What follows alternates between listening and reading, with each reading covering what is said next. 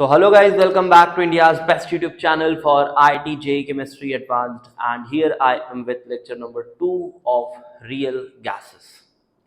तो हमारी physical chemistry जो है ऑलमोस्ट ख़त्म होने वाली है बिकॉज इसके आगे के जो चैप्टर्स हैं वो ऐप में ऑलरेडी अपलोडेड हैं। आप एक बार ऐप इंस्टॉल कर विज़िट करिए और देखें कि कम्प्लीटली फिजिकल केमिस्ट्री आपको करा दी गई।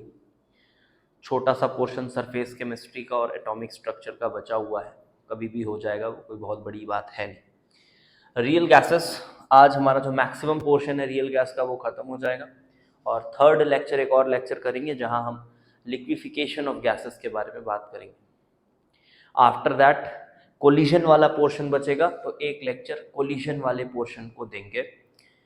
कोलिजन वाला पोर्शन रियल गैस का है ऐसा नहीं है, वो आइडियल गैस का है ऐसा भी नहीं है, वो जनरल पोर्शन है, ठीक है। तो कोलिजन वाले पोर्शन को एक लेक्चर और करेंगे।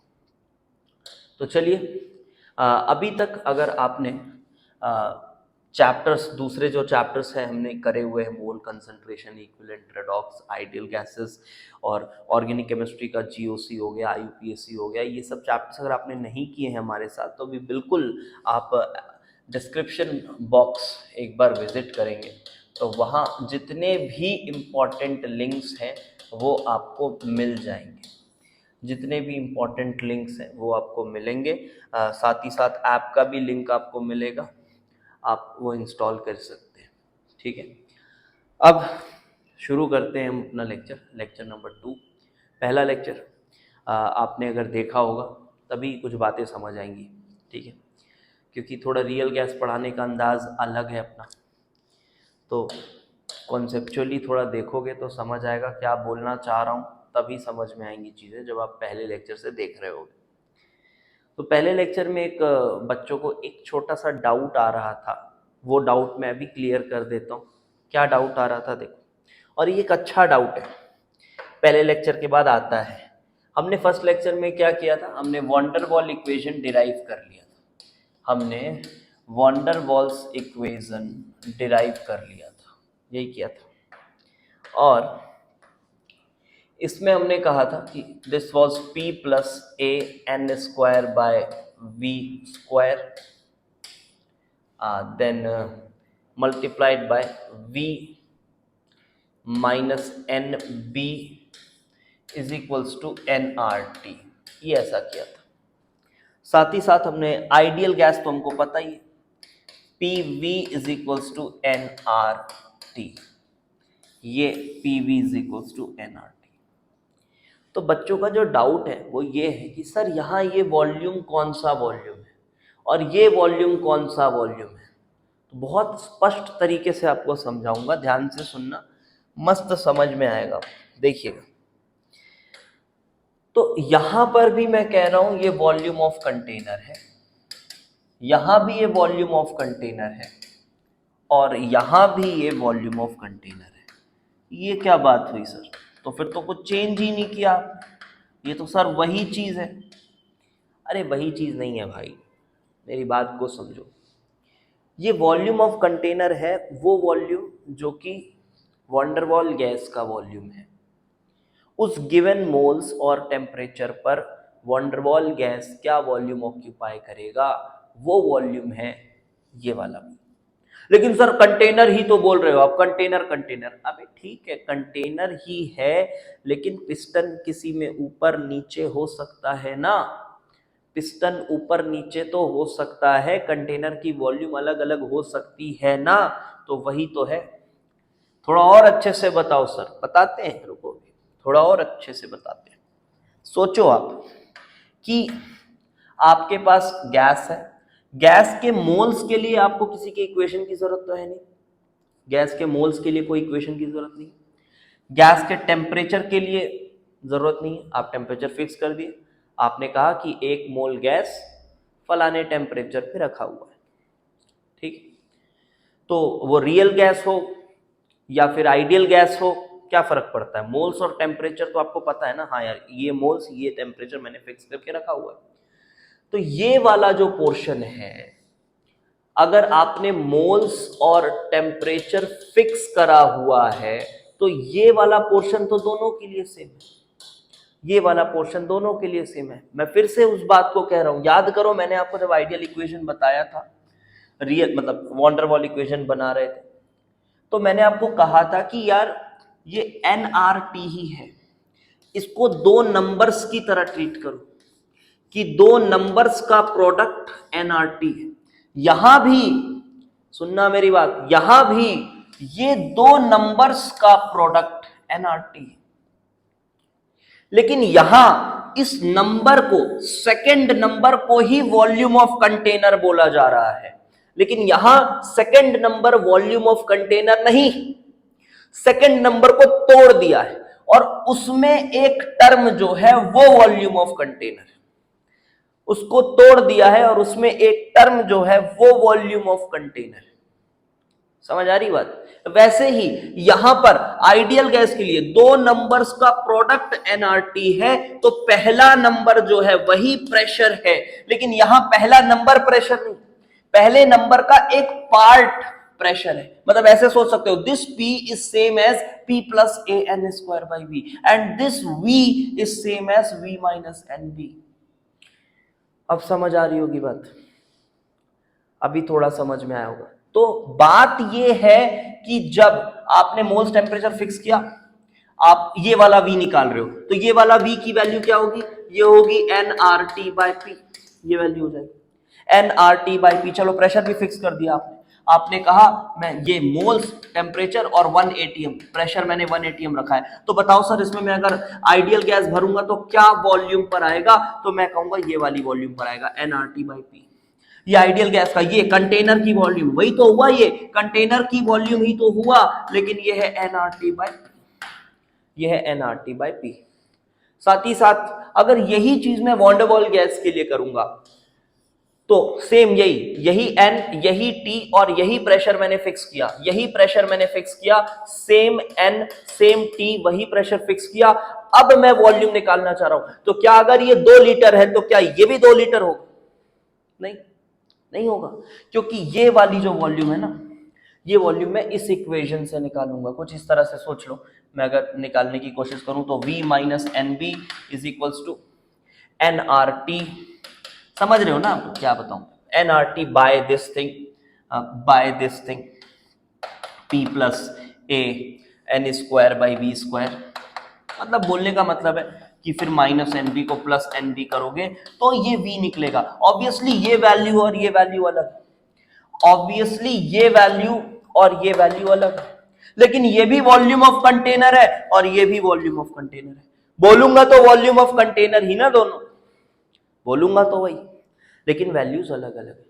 आई होप आपको समझ आया होगा, आई होप आपको अब ये डिफरेंस दोनों में समझ आ गया होगा।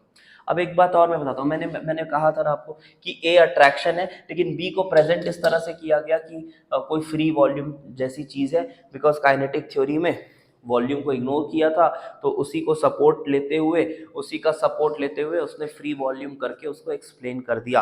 बट छुपे तौर पर मैंने आपको ये कहा है कि ये जो B है ये कहीं ना कहीं रिपल्शन की तरह इसको सोचोगे, अगर तब रिपल्शन की तरह सोचोगे तब समझ में अच्छे से आएगा। फ्री वॉल्यूम की तरह सोचोगे तो फीलिंग कुछ नहीं आएगी। सोचना कैसे है? रिपल्शन की तरह सोचना है। फिर एक सवाल आता है, सर रिपल्शन है तो सर रिपल्शन को V में क्यों माइनस किए? प्रेशर, रिपल्शन की वजह से प्रेशर भी तो बढ़ेगा, तो यहां पर भी ऐड कर सकते थे, या फिर प्रेशर वाले साइड में हम रिपल्शन को क्यों नहीं मान रहे, वॉल्यूम वाले साइड में रिपल्शन को क्यों मान रहे हैं?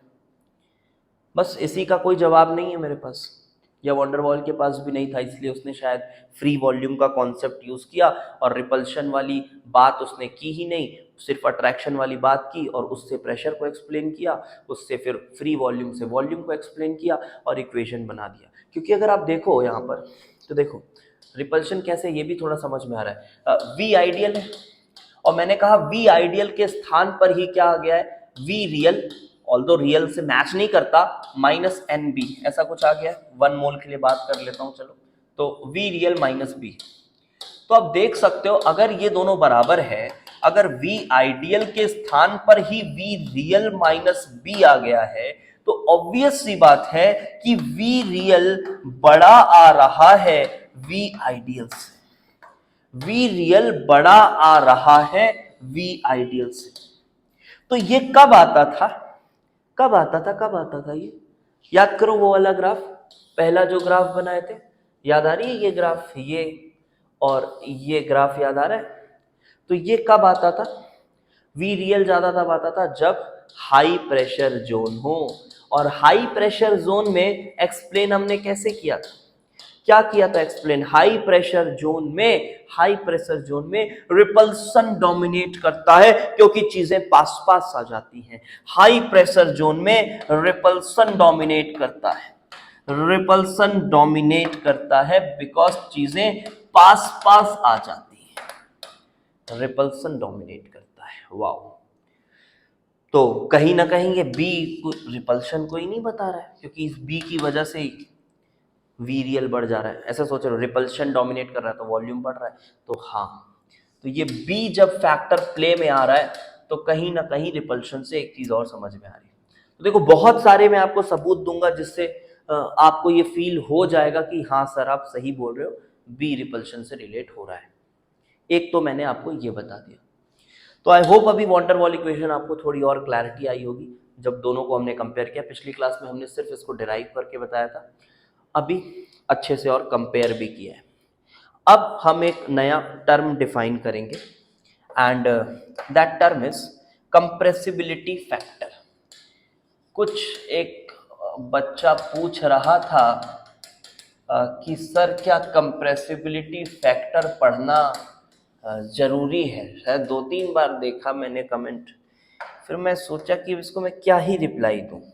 ऐसे सवाल मुझसे मत किया करो यार, क्यों नहीं पढ़ना जरूरी है? ये पढ़ लोगे वो एक टॉपिक तो क्या हो जाएगा, कौन सा बहुत 30 मार्क का टॉपिक है, ये टर्म ही तो है कंप्रेसिबिलिटी फैक्टर, एक डेफिनेशन है। पता नहीं क्यों ऐसी सवाल पूछते हो। सस्ते मास्टर लोग से ये सब पूछा करो जाके यार, ठीक है, जो आपको ऐसे ज्ञान देते हैं। फालतू के सवाल, कंप्रेसिबिलिटी फैक्टर पढ़ना जरूरी है। अरे भाई क्या हो जाएगा, पढ़ भी लेगा तो, और नहीं पढ़ेगा तो फिर क्या दिक्कतें होंगी वो तेरे को समझ में आएगा। चलो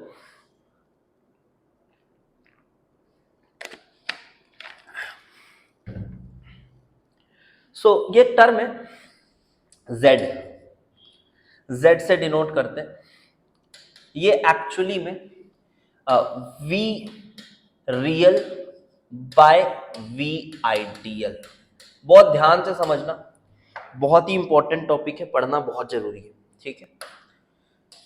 we real upon V ideal, ऐसा है कुछ। अब यहां पर वी रियल कैसे आया, वी आइडियल कैसे आया, समझना मेरी बात। फिर से वही किया मैंने कि सपोज करो गैस का मोल्स, टेम्परेचर और प्रेशर ये मैंने फिक्स कर दिया। ये मेरे हाथ में मैं कर सकता हूँ। मैंने कहा कि यार 1 मोल गैस है, 300 केल्विन पर है और बाहर का प्रेशर 1 atm करके मैंने कंटेनर फिक्स कर दिया। अब मैंने कहा कि चलो उसकी आइडियल वॉल्यूम निकालते हैं, चलो उसकी आइडियल वॉल्यूम निकालते हैं। तो क्या आइडियल वॉल्यूम निकालने के लिए, क्या आइडियल वॉल्यूम निकालने के लिए मेरे को कोई एक्सपेरिमेंट करना पड़ेगा? क्या आइडियल वॉल्यूम निकालने के लिए मेरे को कोई एक्सपेरिमेंट करना पड़ेगा? आंसर है नहीं सर, आइडियल गैस होता ही नहीं है तो कहाँ से एक्सपेरिमेंट करोगे? तो क्या करना होगा? हाँ, PV is equal to NRT।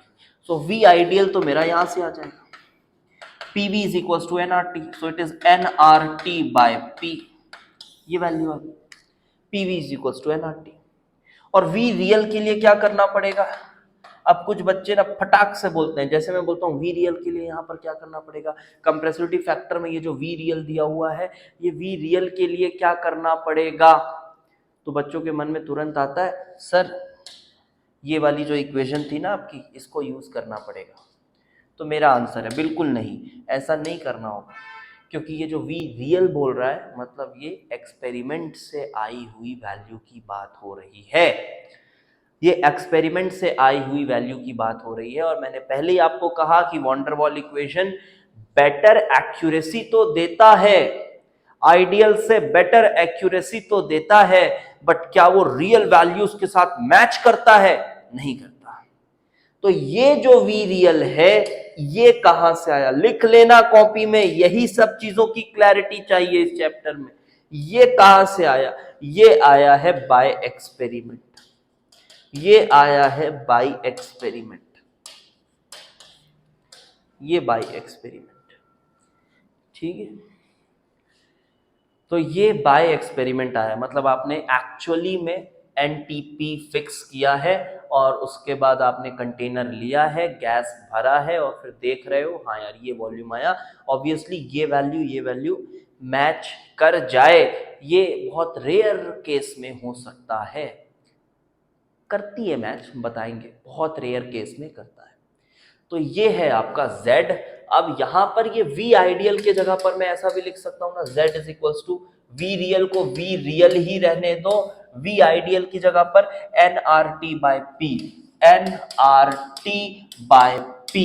तो आपने पढ़ा होगा, बट अगर सस्ते तरीके से पढ़ा है तो कंफ्यूजन हमेशा बना रहता होगा, या फिर आपके पास दिमाग ही नहीं है, आप कुछ सोचते ही नहीं हो, मास्टर जो लिखवा देता है लिख लेते हो, तो फिर आपको कंफ्यूजन भी नहीं आएगा, है ना। फिर क्यों कंफ्यूजन आएगा? आप तो दिमाग ही नहीं चलाते, तो कंफ्यूजन थोड़े ना आएगा। कंफ्यूजन उन्हीं बच्चों को आता है जो थोड़ा बहुत दिमाग यूज करते हैं। तो Z is equals to PV by nRT ऐसा लिखा रहता है। इसमें ये जो वॉल्यूम है ये कौन वाली वॉल्यूम है देख लीजिए, ये रियल वाली वॉल्यूम है, और ये रियल वाली वॉल्यूम कहां से आती है? ये बाय एक्सपेरिमेंट आती है, ये वैल्यू दिख रही है, ठीक है। आप इसको ऐसे सोचो, ऐसे सोचो, मेरे हिसाब से ये सोचना ज्यादा अच्छा लगता है, वो भी गलत नहीं है, वही बात तो है, वी आइडियल को ऐसे ही तो निकालना है, और कैसे निकालना है, तो बस इसको वहां पुट कर दिया। This is something called compressibility factor.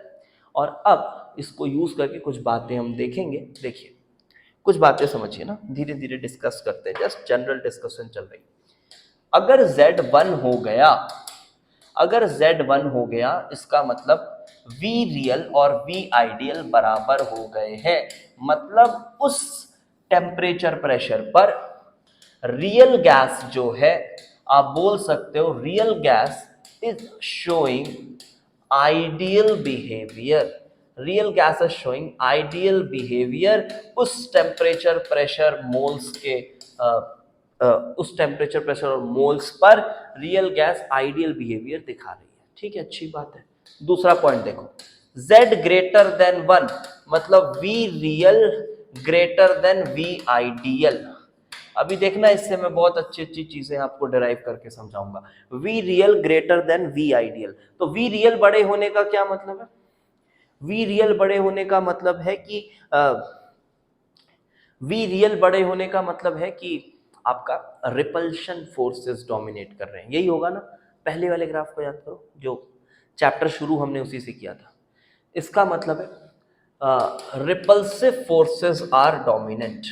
मैं भी ए और बी कुछ नहीं बोल रहा, मैं सिर्फ कह रहा हूं repulsive forces are dominant, forces are dominant,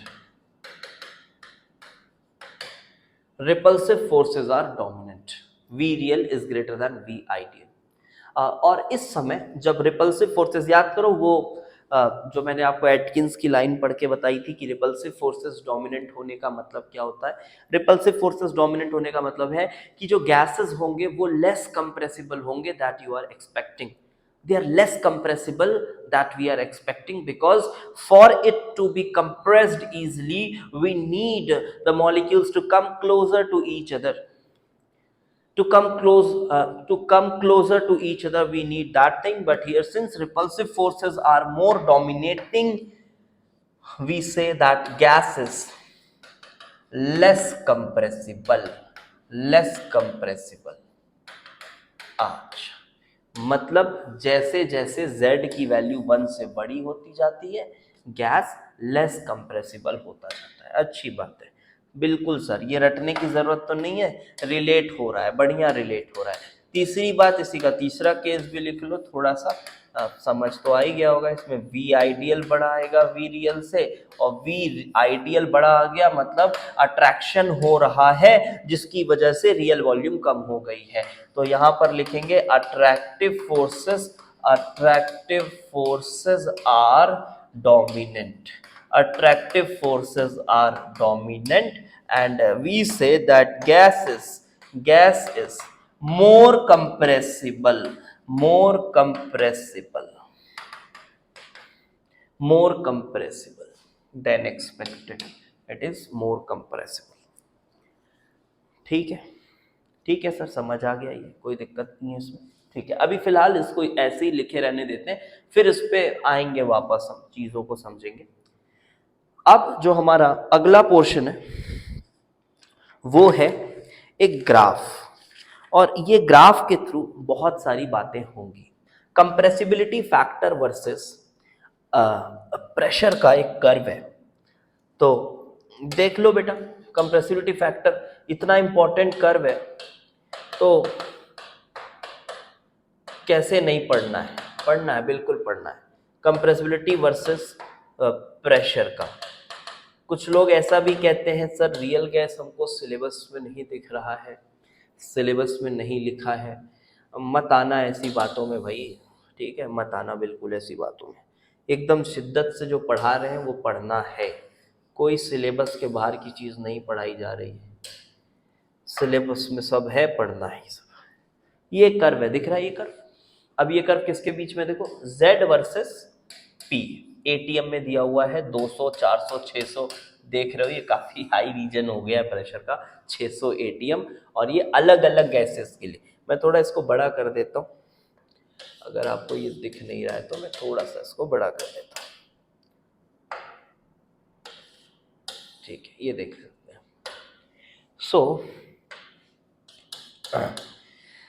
तो यहां पर कुछ ऑब्जर्वेशंस हैं, पहले तो कुछ ऑब्जर्वेशंस देखते हैं।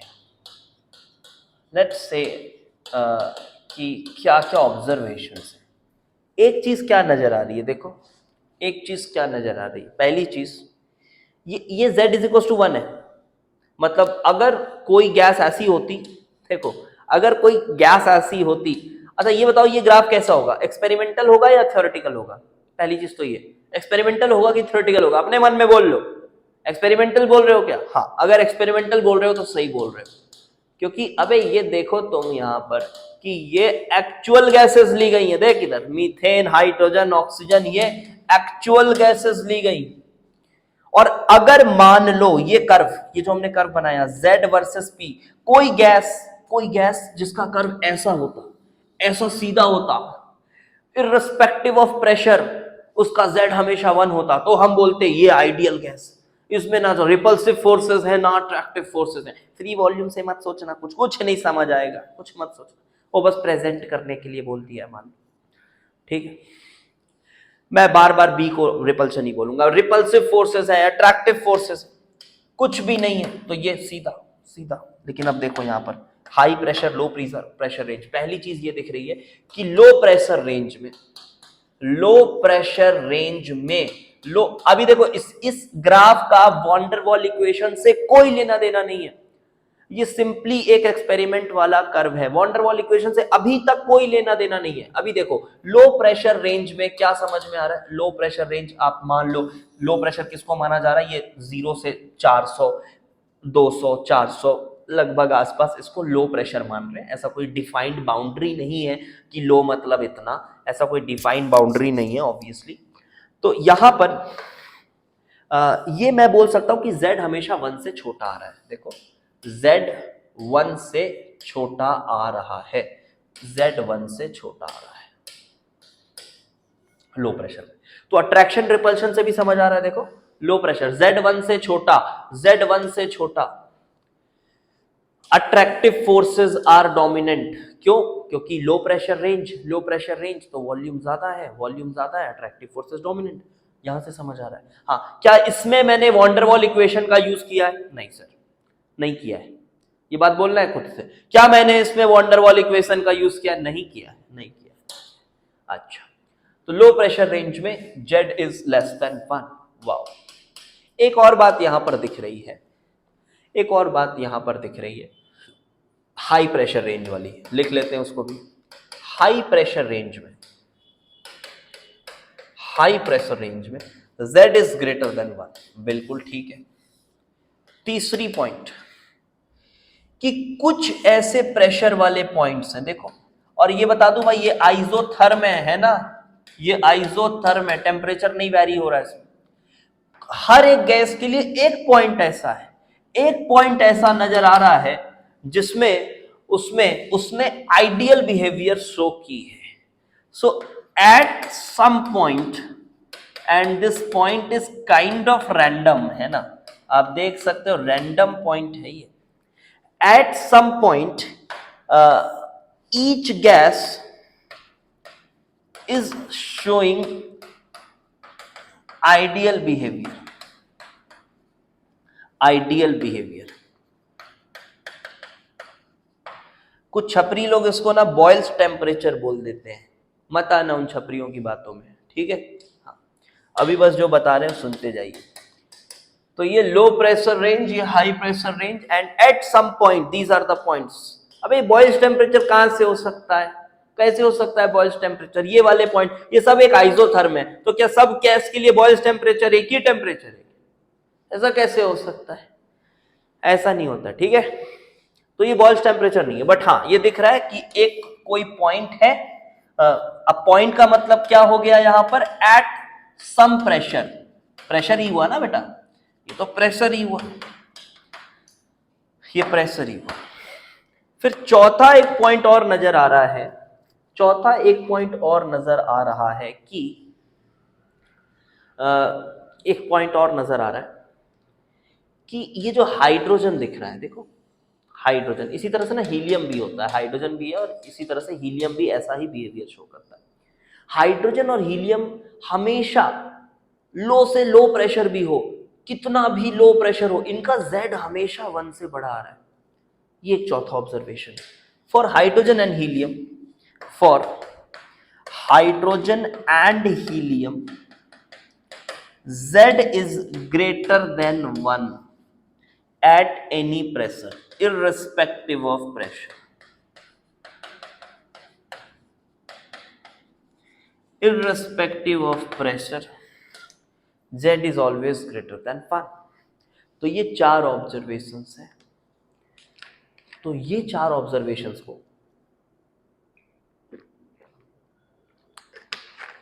जब ये एक्सपेरिमेंट हुई, लोगों ने देखा, फिर वॉन डेर वाल सामने खड़ा हुआ आके कहता है इन चीजों को, मेरे इक्वेशन की मजाक उड़ाई जा रही थी ना कि क्या बोल रहा है ये फ्री वॉल्यूम, क्या बोल रहा है फ्री वॉल्यूम, क्या बोल रहा है, समझ ही नहीं आ रहा है। इसने बोला इन सभी ऑब्जर्वेशन को मैं अपने इस इक्वेशन के दम पर समझा सकता हूं, मैं इस इक्वेशन के दम पर इन सभी ऑब्जर्वेशंस को समझा सकता हूं। तो लोगों ने कहा चलो चालू हो जाओ, चलो चालू हो जाते हैं, समझाते हैं। इन ऑब्जर्वेशंस को हम समझाएंगे using van der Waals equation. Explaining these observations, explaining these observations with van der Waals equation.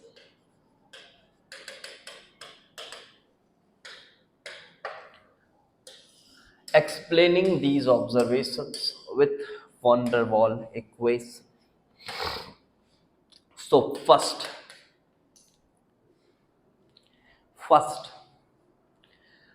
Low pressure region को देखते हैं। अब देखो बहुत ज्यादा ये मत बोलना सर ये क्यों इग्नोर हुआ, ये भी हो सकता था, ऐसा हुआ वैसा नहीं, ये इसने क्या चीज को, इसकी वैल्यूज कैसी थी, तो जो मैं कहूँ इग्नोर हो रहा है उसी को इग्नोर करना। लो प्रेशर रीजन पे सोचो, लो प्रेशर रीजन, बहुत कम प्रेशर है, तो इसमें इसने कहा कि ये मेरी इक्वेशन है P+A/V², मोलर वॉल्यूम मान रहा हूं मैं, मतलब एक मोल की बात कर रहा हूँ, Vm माइनस बी, Vm मतलब एक मोल का वॉल्यूम, तो n को 1 ले लिया, इज इक्वल टू RT, ऐसा है, ठीक है। तो लो प्रेशर रीजन में क्या होता है, Z हमेशा लेस देन 1 होता है, इसको ये एक्सप्लेन करेगा। देखो कैसे, इसने कहा प्रेशर बहुत लो है तो वॉल्यूम क्या है ना बहुत बड़ी है, प्रेशर लो है तो वॉल्यूम बहुत बड़ी है, और अगर वॉल्यूम बहुत बड़ी है तो Vm अगर वेरी लार्ज है, Vm अगर वेरी लार्ज है, सो ये बहुत बड़ा है B के कंपैरिजन में, सो Vm माइनस बी को अप्रोक्सीमेटली Vm लिखा जा सकता है, इसको अप्रोक्सीमेटली Vm लिखा जा सकता है क्योंकि Vm बहुत बड़ा है, क्योंकि प्रेशर लो है। अच्छा सर, तो फिर ये बहुत बड़ा है, ये बहुत बड़ा है तो इसका स्क्वायर भी सर बहुत बड़ा हो गया, तो सर ये नंबर बहुत छोटा हो गया सर, फिर ये नंबर बहुत छोटा हो गया सर, इसको भी हटा दो, इसको हटा दो, तो PV is equal to NRT बना दो, आइडियल गैस बना दो। मत करो ऐसे, ये इतना छोटा है कि ये भले छोटा हो जाए बट इग्नोर करने से डेविएशन आ जाएगा, इग्नोर नहीं करना। सर हमको कैसे पता चलेगा, ये बता रहे हैं वैसे ही पता चलेगा, खुद से नहीं। कब क्या इग्नोर करना है आप समझिए, अगर आप इसको गधों की तरह इग्नोर करोगे तो PV is equal to NRT हो जा रहा है, वो PV is equal to NRT होगा, लेकिन यहाँ पर लो प्रेशर रीजन में ये तो नहीं दिख रहा ना PV is equal to NRT, तो कुछ हद तक एक्सप्लेन तो कर रहा है ना, ये कुछ हद तक एक्सप्लेन तो कर रहा है कि हाँ यार प्रेशर छोटा है, प्रेशर छोटा है, वॉल्यूम बहुत बड़ा है, वॉल्यूम बहुत बड़ा है, इतना बड़ा वॉल्यूम है कि बी के रिस्पेक्ट में इग्नोर, और ये वैलिडेटेड भी है, ऐसा नहीं कि तुक्के में कुछ भी हो रहा है, उसको नंबर डाल डालकर, नंबर्स डाल डालकर, ए और बी की वैल्यूज डाल डालकर उसने दिखाई कि देखो हाँ यार ये जो है इसको नेग्लेक्ट किया जा सकता है, बट ये नेग्लेक्ट करने लायक नहीं था। जैसे ये 0.1 आ रहा है, ये 0.1 आ रहा है, और ये वो 0.1 है और वो भी 0.01 है, तो इग्नोर थोड़ी ना करोगे कुछ ऐसे नंबर्स। तो आप ये मान लीजिए कि नंबर्स जो हैं वो सही से बताए जा रहे हैं, ठीक, अपने मन से कुछ भी इग्नोर मत करिएगा। मैथ्स नहीं चल रही है, इनके बारे में पता होना चाहिए, ठीक है। फिजिकल केमिस्ट्री को कुछ लोग एकदम प्योर मैथ्स की तरह सोचते हैं, नहीं है भाई, सिनारियो बहुत डिफरेंट है, ध्यान से समझना। Vm वेरी लार्ज, तो Vm minus B is approximately Vm। अगर ऐसा मैं करता हूं तो इधर मुझे मिलेगा ये वॉन्डरवॉल इक्वेशन कैसे ट्रांसफॉर्म हो गया, this equation now transforms to P plus A by Vm square into Vm is equals to R T. थोड़ा बहुत अगर आप इसको देखेंगे तो ये मिलेगा आपको PVM plus A by V M is equals to R T. So ये मिलेगा, मैं यहीं पे ऊपर ही लिख दे रहा हूँ, लिख लेना। ये मिलेगा, अब डिवाइड कर दो आर टी से पूरे इक्वेशन को, तो क्या मिलेगा P V M by R T is equals to R T by R T minus A by V M R T. So this is 1, this is z. So here you are getting that z is equals to 1 minus a by VMRT। बहुत simple ये मिल रहा है। सो देखिए equation से समझ आ रहा है कि z जो होना चाहिए वो 1 से क्या होना चाहिए, छोटा होना चाहिए, because 1 minus a positive term. Obviously a by Vm by VMRT is a positive term, it cannot be negative, it can never be negative actually। सो ये देखो लो प्रेशर रीजन को वॉन्डरवॉल इक्वेशन से हमने एक्सप्लेन किया, low pressure region को हमने explain किया। High pressure को करें, चल अब आते हैं हाई प्रेशर रीजन पे। Second is high pressure region. So when we talk about high pressure region, it should be again P plus A by Vm square into Vm minus B is equals to N। अब N तो 1 ही ले लिया मैंने, तो Vm अरे RT ऐसा। अब देखो हाई प्रेशर है, तो अब आप बोल सकते हो सर प्रेशर हाई है, प्रेशर हाई है तो वॉल्यूम बहुत कम है, तो वॉल्यूम कम है सर तो ये नंबर तो बहुत बड़ा हो गया, ये बड़ा ही हो गया सर क्योंकि वॉल्यूम कम है, ये बड़ा हो गया, तो फिर प्रेशर हाई है तो ये भी हाई हो गया, तो सर इसको इग्नोर मत करो, इसको इग्नोर मत करो, ये गलत है। प्रेशर इतना हाई है कि ये टर्म जितना भी बड़ा हो जाए, ये टर्म जितना भी बड़ा हो जाए, प्रेशर हाई है, बहुत हाई है, ऐसे मानना होगा, ठीक है। प्रेशर बहुत हाई है, आप देख सकते हैं ये प्रेशर की वैल्यू भी ग्राफ से देख सकते हैं, लगभग 500-600 एटीएम के आसपास की वैल्यू है, प्रेशर आप मानिए बहुत हाई है, ठीक है, प्रेशर बहुत हाई है, लेकिन वॉल्यूम बहुत कम है, तो इसको इग्नोर नहीं कर सकते, this can't be ignored, this can't be ignored. ऐसे ही सोचना है सर, ऐसे क्यों सोचना है, उस ग्राफ को एक्सप्लेन करने के लिए ऐसे ही सोचना है, ठीक। तो यहां पर दिस, अब इसको मैं क्या लिख सकता हूं, P plus A by V square approximately can be written as P, because this is small in comparison to this, because pressure is very high, so approximated as P, but this cannot be ignored, so the equation transforms to P Vm minus B is equals to RT. Very simple, this is PVm minus PB is equals to RT. Divide RT, what you will get is PVm by RT, that is Z is equals to 1 plus PB by RT. 1 plus PB by RT. This is your second case. देख सकते हो कि Z1 से बड़ा आएगा, high pressure region पे Z1 से बड़ा आएगा। इस चीज को समझाया जा सकता है using van der Waals equation of states. वाह, कितनी मजेदार बात है सर। अब सोचो, दम है ना इस इक्वेशन में? इक्वेशन के थ्रू हम समझा पा रहे हैं? जी बिल्कुल दम है। कोई भी एक्सपेरिमेंटल ऑब्जर्वेशन को किसी इक्वेशन से समझाया जाए तो बहुत अच्छी बात है ये। PV is equal to NRT से नहीं समझा सकते, क्योंकि PV is equal to NRT के हिसाब से तो हर ग्राफ ऐसे बनना चाहिए था, हर ग्राफ ऐसा सीधा बनना चाहिए था, ऐसा बनना चाहिए था, लेकिन कोई भी ग्राफ ऐसा तो दिख नहीं रहा है। हाँ, कुछ पॉइंट्स हैं जहां पर वो मैच कर रहा है, उस पर भी आएंगे। अब हाइड्रोजन वाले पॉइंट को एक्सप्लेन करते हैं। चलो, तीसरा case of hydrogen and third is case of hydrogen and helium. Hydrogen और हीलियम को समझते हैं, इनका हमेशा Z ग्रेटर देन 1 है।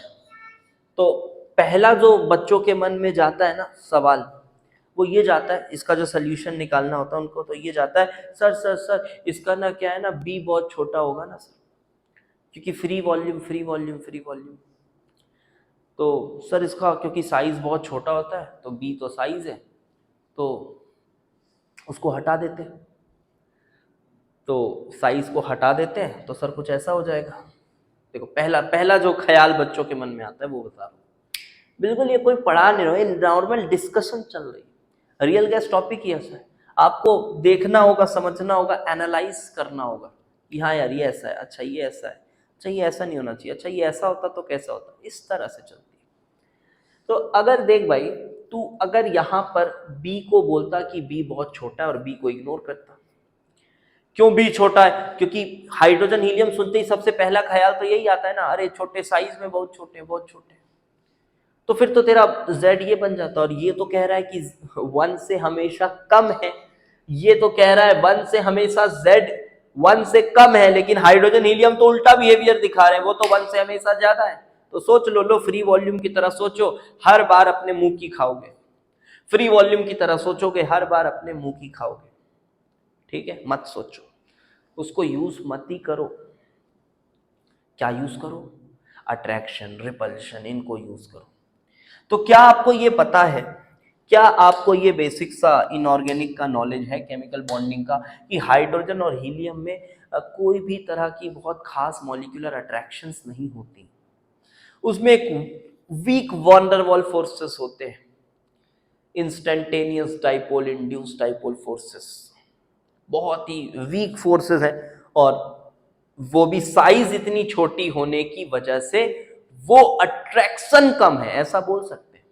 अट्रैक्शन बहुत कम है क्योंकि van der Waals forces size पर डिपेंड करती हैं, लेकिन इतना छोटा साइज नहीं है कि Vm माइनस बी को Vm लिख दो, इतना छोटा नहीं है। Still it is considerable. If you assume it like free volume, still it is considerable, but they have very poor forces of attraction. So attractive forces are very poor, you can say. Attractive forces, इसलिए दुनिया के 2 सबसे मुश्किल gases जिनको liquefy करना बहुत मुश्किल है, वो हाइड्रोजन और हीलियम ही है। हाइड्रोजन लिक्विफाई करने के लिए लगभग 16 केल्विन के आसपास की टेम्परेचर लगती है। सोचो, बहुत कम है ये टेम्परेचर। 16 केल्विन के आसपास आप टेम्परेचर दोगे, इतना ठंडा करोगे तब जाके वो लिक्विफाई होता है। But on the other hand if you see helium, ये भी 4 केल्विन 3 केल्विन इस टेम्परेचर रेंज में आकर लिक्विफाई होता है। तो इसको भी लिक्विफाई करना कोई आसान काम नहीं है। तो हम बोल सकते हैं attractive forces are very poor. तो ये बोल दें क्या sir repulsive forces are dominant? नहीं, अपने से कुछ भी मत बोलो, मत बोलो, जैसे बोल रहे हैं वैसे सोचो।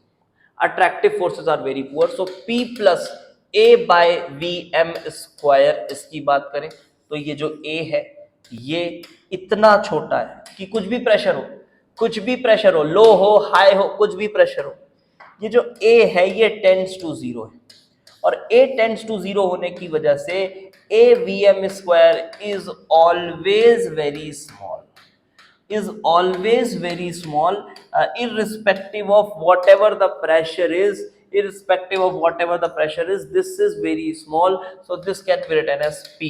लेकिन देखो ये वाला जो केस था, ये वाला जो केस था हाई प्रेशर वाला, इसमें हम इसको P इसलिए लिख रहे थे क्योंकि ये बहुत बड़ी वैल्यूज में था, और Z तो यही बनेगा क्योंकि सेम इक्वेशन ही है, और यहां पर हम इसको इसलिए लिख रहे हैं क्योंकि ये बहुत बड़ा नहीं है, ये बहुत छोटा है, इस वजह से तो डिफरेंस है, लेकिन अल्टीमेटली Z तो वही बनेगा 1 plus PB by RT, 1 plus PB by RT।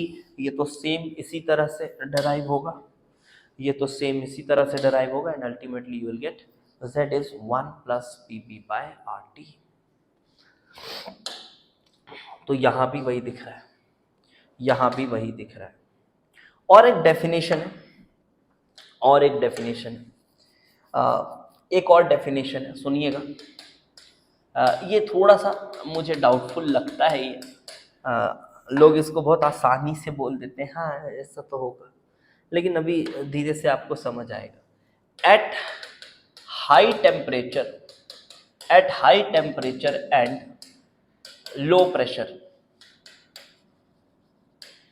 तो देखो इसको ना इसी ग्राफ में पढ़ाया जाता है, तो इस पॉइंट हाई टेम्परेचर और लो प्रेशर में क्या होता है कि जो रियल गैसेस होती है, रियल गैसेस होती है वो कैसा बिहेवियर शो करती है, आइडियल बिहेवियर शो करती है, real gases ideal behaviour show करती है, ये डेफिनेशन है।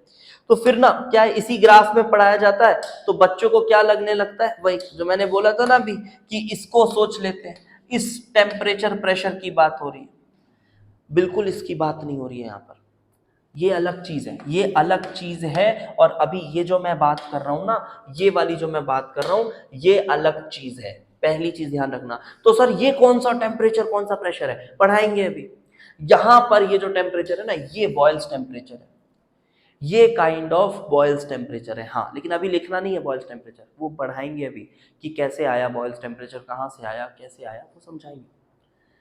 बॉयल्स टेम्परेचर हमेशा थोड़ा हाई वैल्यू रखता है, इसीलिए बोल दे रहे हैं हाई टेम्परेचर और लो प्रेशर रीजन, मतलब हर एक गैस ऐसा होगा, मतलब ये ऑब्जर्व है कि हर एक गैस ऐसा बिहेवियर दिखाता है कि जब कुछ लो प्रेशर में उसको रखा जाए, और यहाँ पर ये लो प्रेशर कोई पॉइंट नहीं है, ये रेंज है, और यहाँ पर अगर आप ग्राफ में देखें तो यहाँ जो प्रेशर है वो क्या है, अगर आप प्रेशर भी देखें तो यहाँ पर प्रेशर पॉइंट है, ये पॉइंट प्रेशर है, रेंज प्रेशर नहीं है, ये पॉइंट प्रेशर है। तो ये वाला जो मैंने पॉइंट लिखा है, ये वाला point, at some point each gas is showing ideal behaviour, each gas is showing ideal behaviour, ये वाली चीज और ये वाली चीज ये अलग चीज है। यहां पर लो प्रेशर वो पॉइंट से बात नहीं है, ये रेंज की बात हो रही है। एक रेंज में हर गैस हाई टेम्परेचर और लो प्रेशर रेंज में थोड़े दूर तक आइडियल बिहेवियर दिखाते हैं।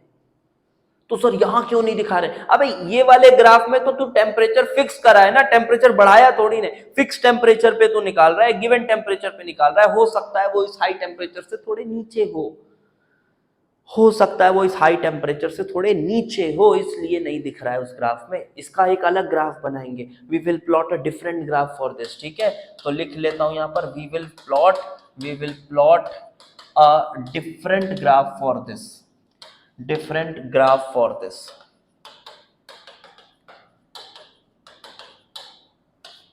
अलग ग्राफ बनाएंगे, उससे समझाएंगे। वाह बढ़िया सर, बढ़िया, बहुत बढ़िया। तो यहां पर इसको भी ना, इस पॉइंट को भी वंडरवॉल समझा सकता है, इसको भी थोड़ा वंडरवॉल समझा सकता है, ऑल्दो थोड़ा सा एक डिफेक्ट लगता है वहां पर, बट समझा सकता है। सुनना कैसे, उसके समझाने के तरीके में थोड़ा डिफेक्ट है, बट लोग इसकी बात नहीं करते, बहुत आसानी से बता देते हैं, हाँ ऐसा है ऐसा है, अरे ऐसी तो है ऐसी तो है, बस सुनना अभी समझ आएगा। देख ये क्या कहता है कि p plus A by V square और v minus B is equals to R T, is equals to R T, ये वी एम है ये v। तो ये कहता है कि लो प्रेशर है, लो प्रेशर मतलब क्या, लो प्रेशर मतलब क्या, लो प्रेशर मतलब वॉल्यूम बहुत ज़्यादा, वॉल्यूम बहुत ज़्यादा। तो वॉल्यूम अगर बहुत ज़्यादा है तो देखो समझाने के अलग अलग तरीके हैं, मैं सभी पर्सपेक्टिव आपके सामने रखता हूँ, आपको जो अच्छा लगे आप देखिएगा। वॉल्यूम बहुत ज़्यादा है तो वीएम बहुत बड़ा है, तो हाँ वॉल्यूम बहुत बड़ा है बी से, तो इसको बोल देते हैं कि हाँ इसको लगभग वीएम लिख दो, तो लो बी इग्नोर हो गया, ये वीएम लिख दिए। और फिर इसको कैसे समझाते हैं पता है कि यार देखो टेम्परेचर बढ़ा दिया है, बहुत टेम्परेचर बढ़ गया है, बहुत टेम्परेचर बढ़ गया है, तो क्या होगा कि ए की वैल्यू क्या हो जाएगी, अट्रैक्शन, अट्रैक्शन। टेम्परेचर बढ़ाने पर अट्रैक्शन क्या हो जाता है, अट्रैक्शन कम हो जाता है। अब अट्रैक्शन कम हो जाता है तो ए की वैल्यू भी क्या हो गई, ए की वैल्यू भी कम हो गई, ए की वैल्यू कम हो गई, और ए की वैल्यू कम हो गई टेम्परेचर में, क्योंकि थर्मल एनर्जी बहुत हाई हो गई है, तो इंटरमॉलिक्यूलर फोर्सेस जो अट्रैक्टिव फोर्सेस हैं वो खत्म हो जाते हैं। होते हैं कि नहीं होते अट्रैक्टिव फोर्सेस खत्म टेम्परेचर बढ़ाने पर, हाँ हाँ सर होते होते होते। तो ए की वैल्यू कम हो जाएगी और इस तरह से इसको भी अप्रोक्सीमेटली पी लीजिए। लेकिन यार ये ए तो टेम्परेचर से इंडिपेंडेंट था, हाँ यही थोड़ी सी डिफेक्ट लगती है कि ये ए टेम्परेचर इंडिपेंडेंट है तो आप ए को कैसे इग्नोर कर रहे हो। बिल्कुल ये बात सही नहीं है, ये सही नहीं है करना, लेकिन देखो कुछ हद तक एक्सप्लेन तो हो रहा है। आप ऐसे सोचो कि उसने ए को कहा अट्रैक्शन और ए अट्रैक्शन ही है, लेकिन उसके पास इतने संसाधन नहीं थे कि वो ए का एक फंक्शन ऑफ टेम्परेचर बनाकर दे। समझ रहे हो बात, ए का फंक्शन ऑफ टेम्परेचर बनाकर वो दे, इतने उसके पास संसाधन नहीं थे, इस वजह से उसने नहीं बनाया। बट था तो अट्रैक्शन, अगर ए अट्रैक्शन है तो कायदे से अगर देखा जाए तो ए की वैल्यू टेम्परेचर बढ़ाने से कम तो होनी चाहिए। हाँ लेकिन उसने नहीं कम करके बताया, उसने बोला कि यार ये टेम्परेचर इंडिपेंडेंट है। ये इसलिए क्योंकि वो एक फंक्शन बना पाना पॉसिबल नहीं है टेम्परेचर के साथ ए का, उस समय तो नहीं था उसके लिए, ऐसे समझो उस समय तो उसके लिए ये नहीं संभव था। तो हुआ कुछ ऐसा है कि एक्चुअल में अगर हमको समझ के करना है तो हम बोल सकते हैं कि हाँ यार ये अट्रैक्शन है, अट्रैक्शन कम होता है तो एक्चुअली में तो ये होना चाहिए। हाँ लेकिन डिफेक्ट क्या है इसमें, इसमें डिफेक्ट है कि ए की जो एक्चुअल ए की वॉन्डरवॉल कांस्टेंट की वैल्यू है वो टेम्परेचर के साथ कम नहीं होती, वो नहीं होती, बट अट्रैक्शन कम होता है। तो आप अट्रैक्शन सोच के कर लो, लेकिन असल में ये बोलना वॉन्डरवॉल इक्वेशन से हम समझा दे रहे हैं। तो इक्वेशन से तो सब तभी समझाते जब ए फंक्शन ऑफ टेम्परेचर दिया हुआ होता, नहीं दिया है बट फिर भी हम इसको इग्नोर कर दे रहे हैं। हाँ technically equation wise this is not correct, but feeling wise it is correct.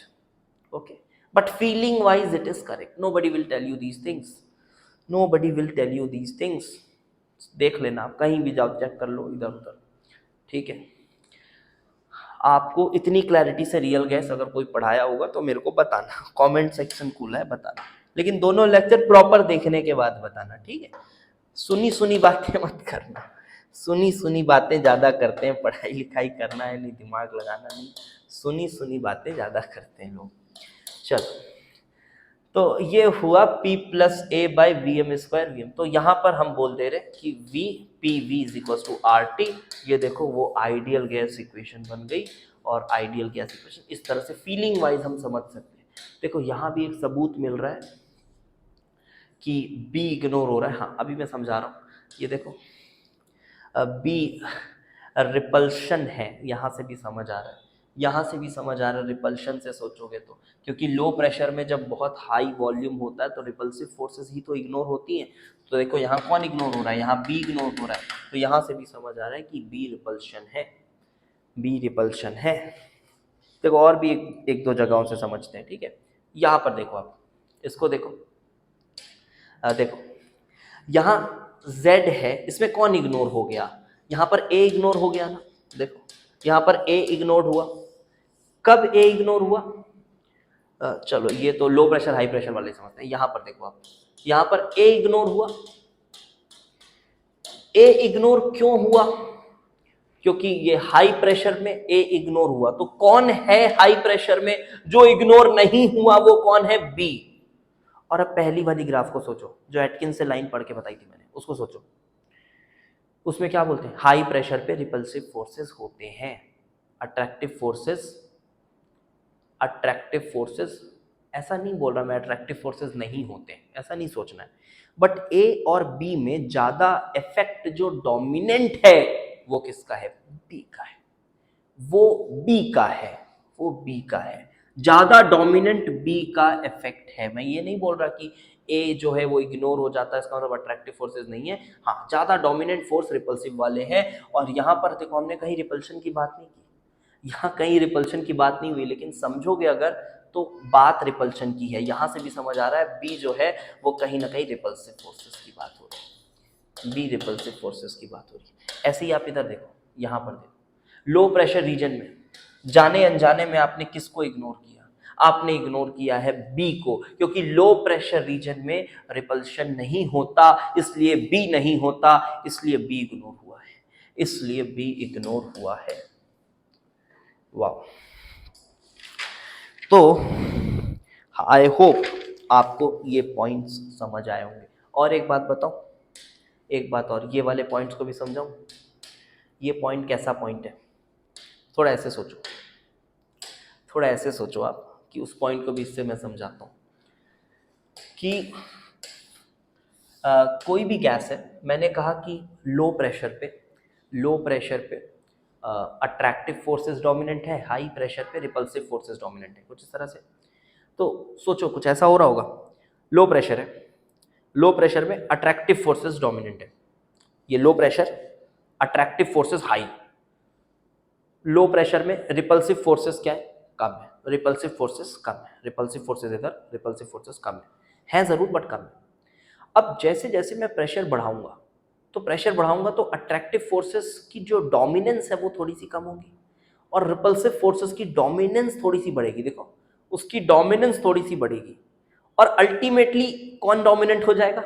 High pressure पर रिपल्सिव, हाई प्रेशर पर रिपल्सिव फोर्स डोमिनेंट हो जाएगी, रिपल्सिव फोर्सेस डोमिनेंट हो जाएंगे। और लो प्रेशर पर अट्रैक्टिव फोर्सेस डोमिनेंट थे। लेकिन बीच में देखो एक प्रेशर आ रहा है जहां पर दोनों दोनों लगभग बराबर के हो गए, और दोनों अपोजिंग नेचर के, एक अट्रैक्टिव एक रिपल्सिव। अट्रैक्टिव रिपल्सिव दोनों का डोमिनेंस, अब कोई ज्यादा डोमिनेट नहीं कर रहा है, कोई डोमिनेट नहीं कर रहा है। तो उन प्रेशर्स की वैल्यू पर क्या समझ आता है? उन प्रेशर की वैल्यू पर यह समझ आता है कि ना अट्रैक्शन है ना रिपल्शन है, ना अट्रैक्शन है ना रिपल्सन है। अरे सर, ये तो आइडियल गैस हो गया। जी हाँ, इस वजह से उन प्रेशर के पॉइंट्स पर आइडियल गैस बिहेवियर आ रही है। अगर थोड़ा दिमाग रखते होगे तो मजा आ रहा होगा आपको समझने में, और ऐसा एक्सप्लेनेशन नहीं मिलने वाला कहीं।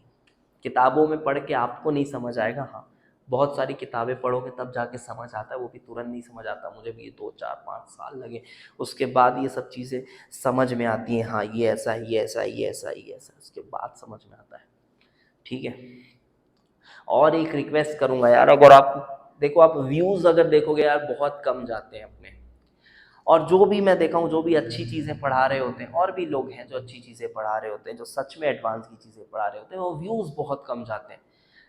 तो थोड़ा सा यार आप ना इन चीज़ों को और शेयर करोगे तो हम भी और सही समय पे चीज़ों को लाते रहेंगे, और एक पुश मिलता रहेगा। कमेंट करके बताओ कि हाँ यार सर मज़ा आया, ये आया, जो भी चीज़ें हैं।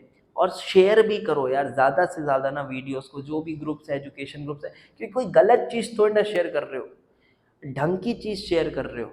नहीं तो फिर ऐसे ही होगा, एक दिन ऐसा लगेगा यार कि नहीं मज़ा आ रहा है। नहीं मज़ा आता है यार, obviously I am normal human being, नहीं मज़ा आता है। नंबर्स नहीं दिखते बड़े तो नहीं मज़ा आता है मेरे को। तो फिर हो गया, फिर बंद कर देंगे, वीडियोस ही नहीं आ रही होंगी 15 दिन 20 दिन, तो इससे आपका ही नुकसान है। आप समझिए इस बात को। अगर यूट्यूब पर वही बस छपरी कंटेंट डलता रहेगा, अच्छी चीज़ें नहीं आएंगी, तो इससे अच्छे पढ़ने वाले बच्चों का ही नुकसान है। ठीक है, तो इस बात को समझिए, छपरी लोगों को बॉयकॉट करिए थोड़ा सा, और पढ़ाई वाली चीज़ों को थोड़ा ज़्यादा प्रमोट करिए, ठीक है। तो यहाँ पर आपको समझ आ रहा है क्या हो रहा है। Z वर्सेस P में, Z वर्सेस P में ये लो प्रेशर में ऐसा, यहाँ पर बोल सकते हैं अट्रैक्टिव और रिपल्सिव दोनों बराबर हो गए, दोनों बराबर हो गए तो काइंड ऑफ दोनों अपोजिंग नेचर के, और दोनों अगर अपोजिंग नेचर के हैं so net no force of attraction या no intermolecular forces, net no intermolecular forces.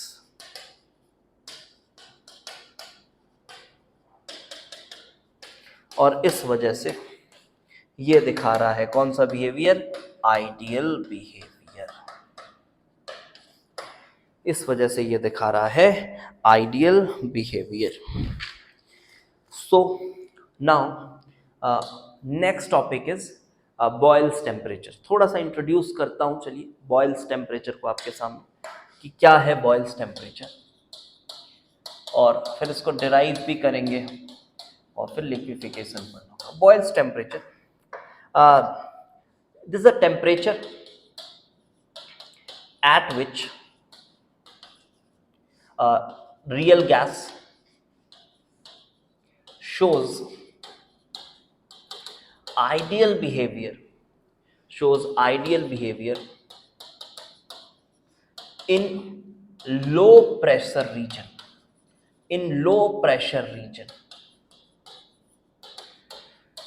एक लो प्रेशर रीजन में आइडियल बिहेवियर दिखा रहा होता है, तो उस टेम्परेचर को बॉयल्स टेम्परेचर बोलते हैं। और मैं आपको फिर से ये बात एक बार याद दिलाना चाहता हूँ, ये जो हाई टेम्परेचर की बात हो रही है ना, ये बॉयल्स टेम्परेचर है, दिस इज बॉयल्स टेम्परेचर, आप बात मानिए। और इसलिए लो प्रेशर, और लो प्रेशर में भी मैंने क्या बताया, लो प्रेशर के एक रेंज तक में ऐसा देखने को मिलता है। इसको डिराइव भी करते हैं हम, इट्स फॉर्मूला कैन बी, मैं भी थोड़ा और अच्छे से समझाऊंगा, अभी तो मैं बस आपको इंट्रो दे रहा हूँ। Its formula can be derived using a van der Waal equation. Although van der Waal equation से निकाल रहे तो करेक्ट नहीं आएगी वैल्यू, बट हाँ अप्रॉक्सीमेटली आपको आइडिया दे देती है van der Waals equation, and it comes out to be derivation भी मैं बता दूंगा, although it's not very important for you guys. So Boyle's temperature is A by RB. ये टेम्परेचर की वैल्यू निकालने का तरीका है। और जब आप देखोगे van der Waal की A और B की वैल्यूज जब देखोगे तो आप पाओगे कि B की वैल्यूज छोटी हैं काफ़ी A के कंपैरिजन में। अगर वो डेटा लिस्ट देखोगे आप तो A की वैल्यू, सॉरी शायद मैंने उल्टा बोल दिया होगा तो माय मिस्टेक, B की वैल्यू काफ़ी छोटी है A के रिस्पेक्ट में, छोटी रहती है वैल्यूज। और आप देखिए जो R है ये भी मल्टीप्लाई हो रहा है, R भी एक नंबर है जो मल्टीप्लाई हो रहा है, तो ये जो नेट ये जो वैल्यू आती है ना काफ़ी छोटी आती है, ये वैल्यू कंपैरेटिवली थोड़ी बड़ी आती है, तो टीबी की वैल्यू थोड़ी हाई एंड पर रहती है। ज़्यादातर केसेस में टीबी की वैल्यू थोड़ी हाई एंड पर रहती है, इसीलिए आपको मैं बता रहा हूँ ये बॉयल्स टेम्परेचर, वो जो हाई टेम्परेचर वाली बात हुई है ये वही हाई टेम्परेचर में से है। तो ये तो मैंने डिफाइन करके बताया, कुछ ऐसा इसका ग्राफ भी आएगा कि अब यहाँ पर ग्राफ कैसे बनाएंगे बेटा, अब अलग अलग टेम्परेचर पे बनाएंगे ग्राफ, Z वर्सेस P का ही ग्राफ बना रहे हैं, बट सेम गैस के लिए बनाएंगे एंड डिफरेंट टेम्परेचर्स पर। तो ये पाया गया कि एक जो टेम्परेचर आएगा ना बॉयल्स टेम्परेचर, उसमें ग्राफ कुछ इस तरह से बनता है, ऐसे कुछ। तो यहां पर देखो इसको कहते हैं boils temperature, this is TB. हाँ और भी है जिसमें नीचे बनेंगे, कुछ ऊपर हो जाएंगे, कुछ नीचे हो जाएंगे, ऐसे बनेंगे। बट ये वाले देखो आप, इसको देखो, ये मैं अलग कलर से शो कर देता हूँ, येलो कलर से शो कर रहा हूँ, तो इसमें आपको क्या दिख रहा है, ये जो टेम्परेचर की वैल्यू है टीबी बॉयल्स टेम्परेचर, इसमें एक रेंज ऑफ लो प्रेशर में, इस पूरे रेंज ऑफ लो प्रेशर में आपको क्या नजर आ रहा है, आपको आइडियल बिहेवियर नजर आ रही है, इस पूरे रेंज ऑफ लो प्रेशर पे, और इसी को बॉयल्स टेम्परेचर कहते हैं। ओके, तो इसी को थोड़ा आगे और मैं इसको डिराइव भी करके बताऊंगा फॉर्मूले को, और ग्राफ को थोड़ा और डेटा के साथ आपको दिखाऊंगा नेक्स्ट क्लास में। और then we will have liquefaction of gases in the next class. जो major topic to be discussed होगा वो लिक्विफिकेशन ऑफ गैसेस होगा, एंड वी यूज आइसोथर्म के बारे में बात करेंगे उसमें, वो भी मज़ा आएगा आपको पढ़कर। अगर आपने ये लेक्चर पूरा देखा है, पिछला लेक्चर पूरा देखा है, तो आई होप आपके जो रियल गैसेस के कंसेप्ट्स हैं वो अच्छे से क्लियर हो गए होंगे। But don't miss the lecture number 3। And one more thing, आपको अगर इसी लेवल पे एकदम यूनिक तरीके से फिजिकल केमिस्ट्री को पढ़ना है, समझ के पढ़ना है, तो आप, क्योंकि यही तरीका है जो आपको जेई एडवांस में काम देने वाला है। अदरवाइज वो जो तरीके कहते हैं लोग कि 4 फॉर्मूले सीट बना लो फिर जाओ क्वेश्चन घिसते रहो, वो भाई उनसे दूर हो जाओ, बहुत हानिकारक है आपके लिए। आप ऐप तुरंत इंस्टॉल करिए, ऐप इंस्टॉल करिए, और उसके बाद जो कंप्लीट फिजिकल केमिस्ट्री की कोर्स है, कंप्लीट ऑर्गेनिक केमिस्ट्री की कोर्स है, ऑर्गेनिक केमिस्ट्री भी एकदम यूनिक तरीके से सुपर लेवल पे पढ़ाई जा रही है। अगर आप 24 एस्पिरेंट हैं तो आप ऑर्गेनिक केमिस्ट्री की कोर्स मिस नहीं कर सकते। मैं बता रहा हूँ, बहुत ही कम समय में, अगर आप लेक्चर्स का नंबर देखेंगे तो बहुत ही कम समय में बहुत कुछ पढ़ाया जा रहा है उसमें आपको। अगर आप सिंसियर बच्चे हैं तो आप बिल्कुल लीजिए। अगर भले आपने एक बार ऑर्गेनिक पढ़ भी ली होगी, फिर भी आप जाकर उसको देखिए तो आपको समझ आएगा, बहुत सारी नई नई चीज़ें आपको सीखने को मिलेंगी। और एक्सपेक्टेड है कि ऑर्गेनिक केमिस्ट्री अगस्त एंड होते होते major portion 90% of the portion हम कंप्लीट कर लिए होंगे, एंड देन सितंबर में we will be bringing our inorganic का कंप्लीट कोर्स। इनऑर्गेनिक कंप्लीट लेकर आएंगे, और इसका भी आप फुल बेनिफिट उठा सकते हैं, बट उसके लिए पहले ऐप इंस्टॉल कर लीजिएगा। जो भी नोटिफिकेशंस हैं, चैनल जो है उसके साथ जुड़ जाइए, जो भी नोटिफिकेशंस हैं समय समय पर आपको मिलते रहेंगे, अपडेटेड रहिएगा। ओके, और तैयारी अपनी अच्छे से तैयार रखें। और जेई एडवांस, जेई मेंस के लिए 10-15 दिन का ब्रेक दे देना अपने आप को, 15 दिन में हो जाती है उसकी तैयारी, कोई खास नहीं। ठीक है, जो मेंस आएगा जनवरी वाला उसमें हो जाती है। बाकी एडवांस ओरिएंटेड रहिए, तभी आप एक अच्छा स्कोर कर पाएंगे, अगर आपका टारगेट आईआईटी है तो।